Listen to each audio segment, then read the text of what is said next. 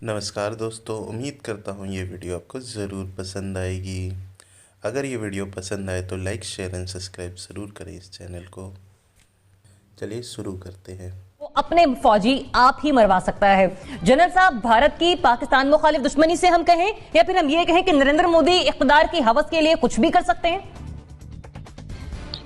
देखिए, नरेंद्र मोदी तो बिल्कुल जब से आए ये इस तरह की हरकतें कर रहा है और आपको पता है कि ये दहशतगर्दी में मुलव्वस रहा है, इसका नाम रहा है उसमें। लेकिन यह कि ये फॉल्स फ्लैग ऑपरेशन भारत का अपना एक वतीरा है बहुत अरसे से, चूंकि इनको इसमें कामयाबी रही और दुनिया इनके ऊपर शक नहीं करती रही तो ये चलते रहे। आपको याद होगा कि 1971 में इन्होंने गंगा अपना एक जहाज जो कि अगवा किया था वहां से, और उसको कहा कि जनाब कश्मीरी मुजाहिदीन ले गए हैं, लाहौर एयरपोर्ट पे उतारा, फिर उस जहाज को उन्होंने तबाह कर दिया और उससे वजह से जंग में पाकिस्तान को बड़ा नुकसान हुआ, क्योंकि उन्होंने अपनी ओवर इंडिया फ्लाइट्स जो थी वो बंद कर दी पाकिस्तान की। सो वहां पे जो फौज थी उसके लिए खुराक वगैरह यहाँ से भेजनी पड़ती थी, क्योंकि बांग्लादेश में मिल नहीं रही थी जंग में, तो वो बंद हो गई और बड़ा लंबा डिटूर करके आपको वाया श्रीलंका जाना पड़ता था। तो ये चीज तो भारत करता आ रहा है और वहां पे भी अभी आप समझौता एक्सप्रेस का देख लें, कर्नल पुरोहित के वहां पे जितने भी मुकदमात हैं जो भी उसने वहां पर करता रहा, ये सारा कुछ यहाँ पे। और ये होता यही है कि इसको हकीकत का रंग देने के लिए कुछ अपने लोग भी मरवाने पड़ते हैं और बाहर से भी पाकिस्तानी कोई, और ये बगराम जेल से पाकिस्तानियों को ला के उसमें शामिल करके तो ये काम करवाते रहे हैं। नतीजा ये है कि अब चीजें खुलनी शुरू हो गई हैं। तो मेरा ख्याल है कि भारत के अवाम की भी आंखें खुलनी चाहिए। जो पिछला इलेक्शन हुआ उनका वो एक तरह से रिग्ड इलेक्शन है, उसके जिन लोगों के मारे गए अजीजो कारब, वो उनको चाहिए कि मोदी का गिरफ्तार पकड़े, क्योंकि ये कातिल है। और पाकिस्तान को भी इंसाफ देना चाहिए, आईसीजे में जाना चाहिए। जनाब, ये हमारे मुल्क पे इन्होंने चढ़ाई की, हमारी सॉवरेनिटी वायलेट की, सिर्फ एक मफरूजे के ऊपर या इस तरह के बोल के। और अब इतना झूठ का बहुत बात आपके पास है, डिसइंफो लैब वालों का भाई आ गया, डोजियर तैयार, ये भी निकल आया, अर्नब गोस्वामी वाला है। ठीक है, तो हुकूमत को चाहिए इस पे मेहनत करके। तो आप ये कह रहे हैं कि मतलब भारतीयों की आंखें खुलने की जरूरत है इस वक्त, अक़वाम आलम को भी इसका नोटिस लेना होगा। नासिर बेचुक्ताई साहब, जिस तरह की कॉन्वर्सेशन बाहर आई इस व्हाट्सएप ग्रुप के जरिए, चिट चैट के जरिए, आपको लगता है कि आने वाले दिनों में नरेंद्र मोदी फिर पाकिस्तान मुखालिफ कार्ड इस्तेमाल कर सकते हैं? यकीनी तौर पर करेगा, उसका हक बनता है। नहीं मतलब आप उसको इस्तेमाल करने देते हैं। अगर आप समझौता जी नहीं, मैं ये कहना चाहता हूं कि गुंजाइश अभी भी बाकी है, इतना सब कुछ आया हो जाने के बावजूद। हाँ, बेगैरत बेगैरत होता है, उसे कोई शर्म थोड़ी होती है। और दहशतगर्द दहशतगर्द होता है, उसको किसी से दहशत नहीं होती। मैं ये अर्ज करा था, अगर हम समझौता एक्सप्रेस पर पहले ही ऐसे चले जाते, हमारे लोग मरे थे उसमें ना, हमारे लोग शहीद हुए थे और भारतीय फौजी इन्वॉल्व थे उसके अंदर, जिनको पार्डन दिया गया, जिन्हें माफ़ी दी गई। मक्का मस्जिद हैदराबाद केस, वहाँ भी पाकिस्तानी जख्मी हुए थे बम धमाके में, वहाँ भी हिंदू इन्वॉल्व थे। तो ये तो बहुत होता रहा है। मशरक़ी पाकिस्तान की मिसाल दी, सबसे बड़ी टेररिज्म तो वो था मुक्ति बाहिनी वाला, वहाँ पर सब कुछ हुआ। असल में अर्नब गोस्वामी एक बहुत बड़े प्लान में एक छोटी सी मक्खी है। ये जो माफिया है ना, इसको थोड़ा सा ख्याल कर लें। ये मीडिया, सब मीडिया नहीं, बाज़ मीडिया हाउसेस, हुकूमत हिंद, मौजूदा हुकूमत हिंद, उसके बाद सुप्रीम कोर्ट, और उसके बाद वहाँ के कुछ ऐसे अवाम जो इंतहा पसंद हैं, जो चाहते हैं, जिन्होंने पुलवामा से पूरा पूरा फ़ायदा उठाया। ये माफिया है, इसका गठजोड़ है बहुत तगड़ा। सुप्रीम कोर्ट में अब केस जाता है कश्मीरियों का, तो अब तक पड़ा हुआ है, उसका फैसला नहीं हो पाया 5 अगस्त के बाद।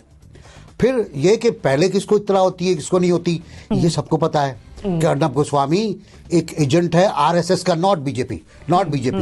आरएसएस का वो जो रज्जू परिवार है उसका मेंबर है वो, तो उसको सब मालूम होगा। अब आप टाइम है नहीं, वरना बड़ी लंबी मजे की हिस्ट्री है। तो मेरा ख्याल है कि वो कुछ नहीं होगा और ये आने वाले वक्तों में फिर करेंगे, जब तक मेरे जवाब नहीं देंगे। और मेरी भी कोशिश यही होगी कि इस सवाल पर हम दोबारा से निश्चित रखें। लेकिन रज़ा उर्मी साहब, आपकी तरफ में आऊंगी।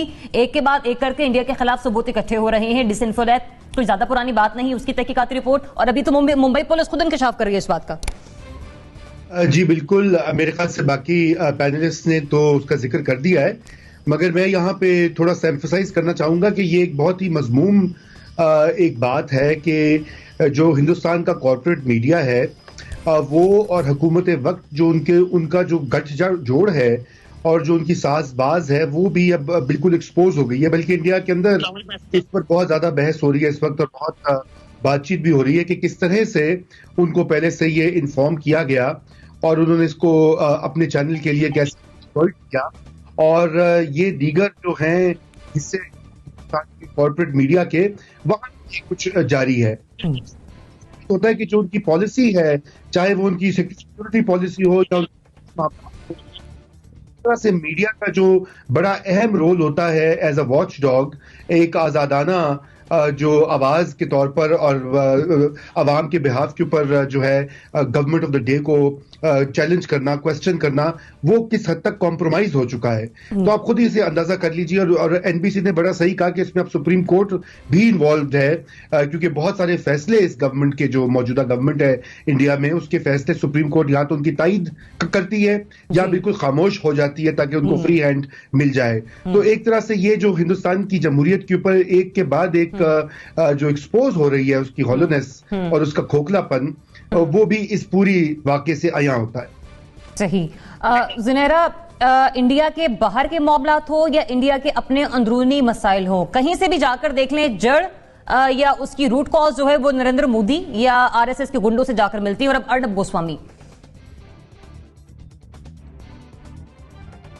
देखिए, आरएसएस इस वक्त काबिज है पूरी तरह इंडिया पे, और इन अदर वर्ड्स इस वक्त टेररिस्ट स्टेट बनी हुई है इंडिया, और इस तरह की टेररिस्ट स्टेट है जिसमें वो अपनी नेशनल सिक्योरिटी भी जेपरडाइज कर सकती है when it comes to their own agendas. Agenda उनका क्या है? Hindutva. We all know that कि वो हिंदुत्व, सुप्रीमेसी चाहते हैं। इट्स वेरी सिमिलर टू जो वाइट सुप्रीमेसी का इस वक्त हाल हो रहा है। It was coming up since decades, उसकी तरफ किसी ने तवज्जो नहीं दी, वो एक्सटर्नल थ्रेट्स की तरफ देखते रहे। यूएस की मैं बात कर रही हूँ, और नतीजा ये हुआ कि आज जब वो बिल्कुल टिपिंग पॉइंट पे आ गया है तो उनको समझ नहीं आ रही उसे कंट्रोल कैसे करना है। अब टीआरपीज के लिए जो मुल्क जहां के जर्नलिस्ट, सो कॉल्ड जर्नलिस्ट, अपनी नेशनल सिक्योरिटी को जेपरडाइज करते हो, जहां पे आपके मिलिट्री ऑपरेशंस का जर्नलिस्ट को पता होता हो, जहां पे रीजनल सिक्योरिटी का आपने हशर नशर किया हो just because of your own agendas, आप उस मुल्क से क्या एक्सपेक्ट करते हैं? इस वक्त खुद हमें पाकिस्तान में शोर मचाने से कुछ नहीं होगा। This is high time for very aggressive diplomacy in UN and all other forums. Dossier पहले गया हुआ है, इन चीजों को लेके जाना चाहिए ताकि इन चीजों को रोका जा सके। डिप्लोमेटिकली उन्हें आइसोलेट करने की जरूरत है। हॉटलाइन पे तो हम पहले उनके साथ एलओसी पे लगे हुए हैं जो हमने करना है, लेकिन इनको अदरवाइज डिप्लोमेटिकली बहुत एग्रेसिवली हैंडल करने की जरूरत है। And Shah Mahmood Qureshi in particular मुझे बहुत वीक नजर आते हैं इस पे। मुजम्मिल सुहरवर्दी साहब, यहाँ पर ज़ुनैरा ने वज़ीर ख़ारजा का भी जिक्र किया जो कि अपनी जगह बिल्कुल वैलिड है, लेकिन जिस मुल्क के जो लोग हैं वहाँ कबूतर भी, मतलब सफेद कबूतर को भी पाकिस्तानी जासूस करार दे देते हैं, तो वहाँ के सहाफ़ी से तो फिर कुछ भी तवक्को रखी जा सकती है? देखें, जब दो दुश्मन ममालिक होते हैं ना, पाकिस्तान और भारत आपस में दुश्मन ममालिक हैं, हमारे दरमियान तनाज़ात हैं, हमने 3 जंगें लड़ी हैं, हमारे बड़े बड़े नुकसानात हुए हैं उसमें, तो वहाँ जो ऐसे सेंटिमेंट्स मौजूद रहते हैं। पाकिस्तान में भी जो आप देखें ना, मोदी का यार है गद्दार है गद्दार है, वहाँ भी जो पाकिस्तान का यार है गद्दार है गद्दार है। लेकिन सवाल वही है जो ज़ुनैरा ने किया है कि हमने डोजियर बनाया, डिसइंफो लैब आई यूरोपियन यूनियन की, ये गोस्वामी की चैट आई, इंटरनेशनल ओपिनियन कहाँ है?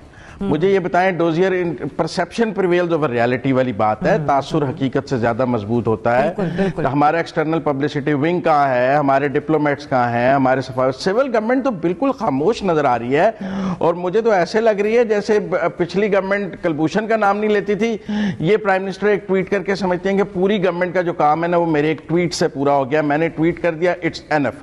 तो अब ये कोई उन्हें समझाना पड़ेगा कि ये लड़ाई ट्वीट से बाहर है और इसके लिए कोई अग्रेसिव डिप्लोमेसी और दुनिया में जाकर एक्सटर्नल पब्लिसिटी के जो विंग्स बनाती हैं हुकूमतें, वो क्यों बनाती हैं? अपना मौकफ दुनिया के सामने पेश करने के लिए बनाती हैं। कहाँ है वो हमारा एक्सटर्नल पब्लिसिटी विंग? हमने दुनिया के कितने बड़े जो इदारे हैं हम उनमें जाकर इस डोजियर को दिया है, कितने एडिटोरियल आए हैं, कितने ओपेड आए हैं इसके ऊपर, दुनिया के बड़े न्यूज चैनल्स पे कितने टॉक शोज हुए हैं? कुछ भी नहीं, कारकर्दगी जीरो है।